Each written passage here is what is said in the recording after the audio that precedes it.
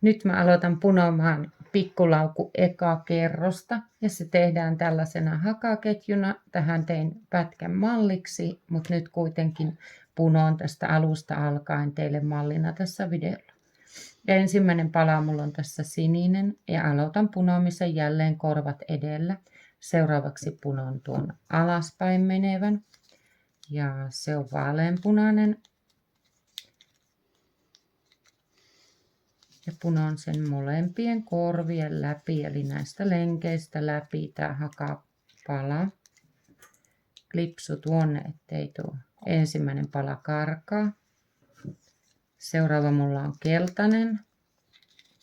Ja nyt mä punon tätä ensimmäistä kerrosta samaan suuntaan, johon aloitin punomaan tuota 3 palan pohjaa.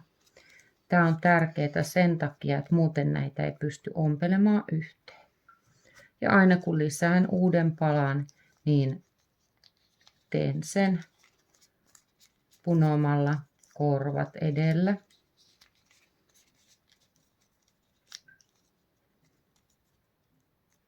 Punomissuunta tulee siis oikein, jos punot samaan suuntaan, mihin aloitit punomaan tämän 3 palan pohjan.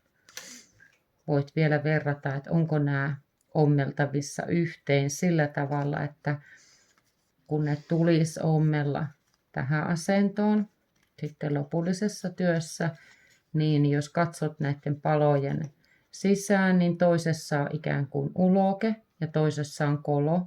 Eli toinen on uros ja toinen on naaras. Taikka sitten toinen tapa varmistaa on se, että kun täällä hakaketjussa on lenkki, niin pohjassa on silloin saranat. Eli voidaan mennä lenki alta, lenki alta, lenki alta, lenki alta.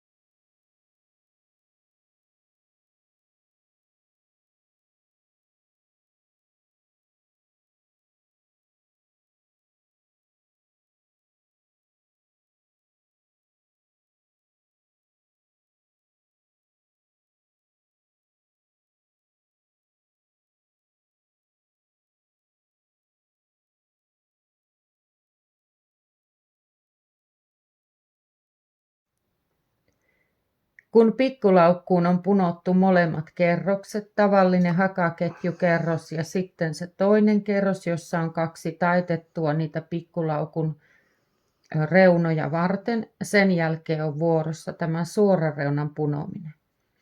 Itselläni nämä tulee hiukan eri väriset, koska toinen suorareuna ommellaan tähän kohdalle ja toinen suorareuna tulee sitten tänne. Ja haluan tuota väriä seurata. Näytän nyt, miten tuo suorareuna punotaan. Aloitetaan taas niin kuin hakapunonta aina, korvat edellä. Ja ensin punotaan aivan normaalisti 3 palaa.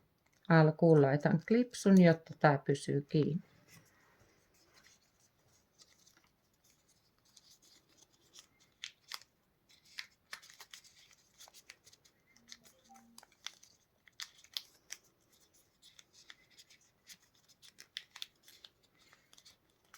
Jälleen kerran nämä kaupunkipussien nahkeisuus aiheuttaa sen, että nämä vähän taistelee vastaan. Kun olet punonnut 3 palaa, avaat tämän punonnan ja käännät ensimmäisen kulman tuonne alas.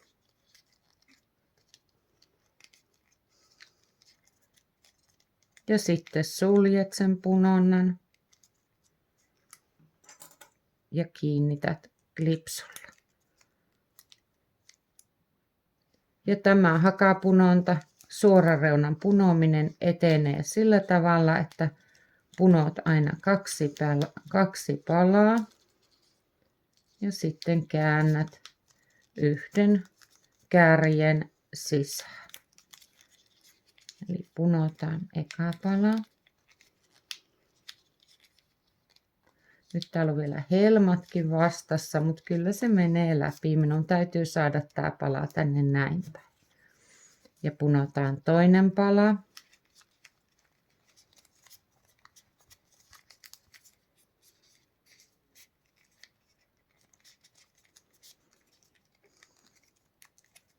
Ja sitten käännetään tuo kärki sisään.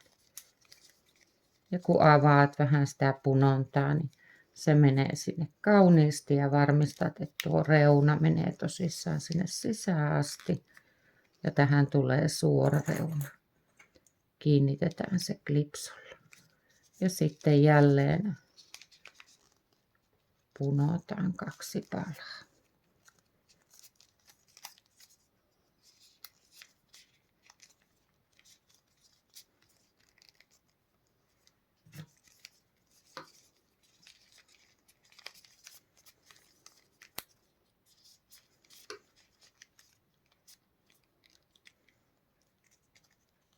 Ja yksi kärki käännetään sisään.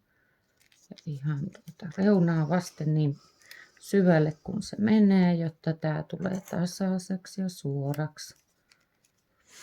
Tässä vaiheessa olen näin pitkällä, eli punomatta on enää yksi pala.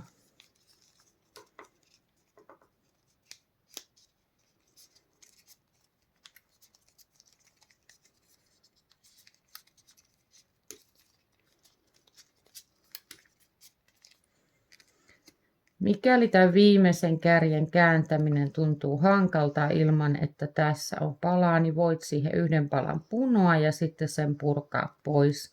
Mutta kyllä tämän kääntäminen onnistuu ilman tuota apupalaakin. Katsot vaan, että se taittuu täällä itseään vasten tässä kohdalla, tässä ulkoreunassa. Ja sekin klipsulla kiinni. Molemmat päät pitää vielä päätellä ja se tehdään sillä tavalla, että otetaan yksi tavallinen hakapala ja katkaistaan se saksilla kahteen osaan. Tällaisilla paloilla se päätellään. Ja se pala, missä on tuo pinta, jonka haluat näkyviin, otat sen pala ensiksi käsittelyyn. Käännät nämä leikatut korvat tänne sisään. Teet tänne taitteet. Sulla on ikään kuin tämmöinen yhden pala.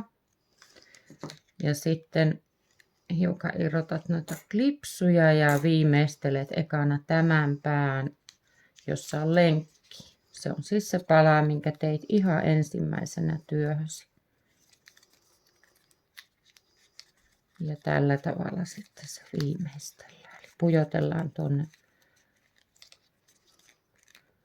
renkaan läpi tämä eka pää. Ja sitten ikään kuin kääritään tämän pään ympärille. Ja toinen pää pitää saada sitten myös tonne koloon. Tässä voit tarvita jonkun apuvälineen. Oma sormi on vähän paksu tunkea tuonne. Ole sinnikäs, saat sen varmasti sinne nätisti.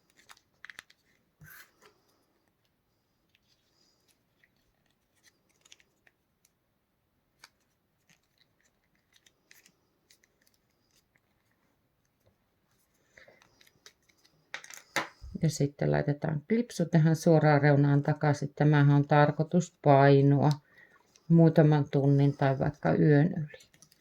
Toisen pään viimeistely tapahtuu sillä toisella puolikkaalla palalla. Ja silloin käsitellään tämä viimeksi punottu pää, jossa on kaksi korvaa. Pujotetaan näistä molemmista renkaista tää läpi. Tai molemmista korvista. Ja vedetään tämä puolikas pala pitkäksi. Ja nämä päät Tässä voi muuten kanssa ehkä irrottaa tuon viimeisen klipsun työvaiheen ajaksi.